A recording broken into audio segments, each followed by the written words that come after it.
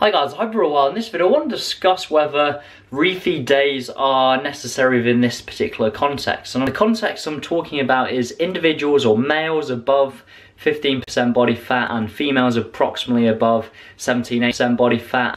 And at this stage, you're not really seeing some of the negative physiological changes that happen during the fat loss phase as you would do if you were much leaner. So for males, if you were at the 10% mark or lower, and females, if you're at 16% mark or lower, that's the point where you really start to see some of these negative physiological changes, so big drops in leptin, metabolic rate slowing, etc, etc. And therefore, if you're in this context, i.e. leaner 15% body fat for males, leaner than 16% body fat approximately for females, it's worthwhile considering using a refeed day to basically restore a hormone called leptin to provide a short-term psychological break from dieting to replenish glycogen. It can be a useful tool in this context. However, if you're above 15% body fat for males, above approximately 17% body fat for females, you're not really going to see some of these negative physiological adaptations, and therefore I wouldn't really suggest having any refeed days within this specific context. It'd be much better just to focus on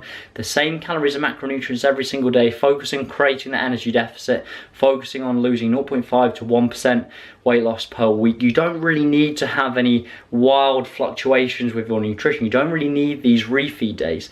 Now keep in mind, if you do have a personal preference for these, technically you could still have this.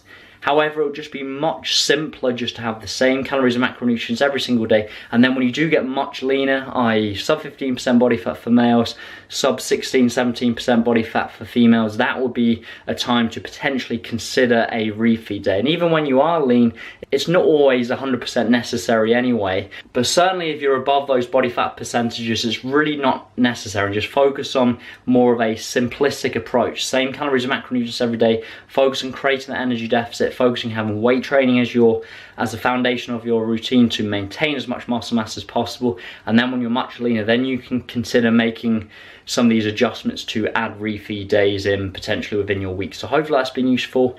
Like the video if you've enjoyed it, subscribe to the channel if you haven't already, and I look forward to speaking to you soon. Take care.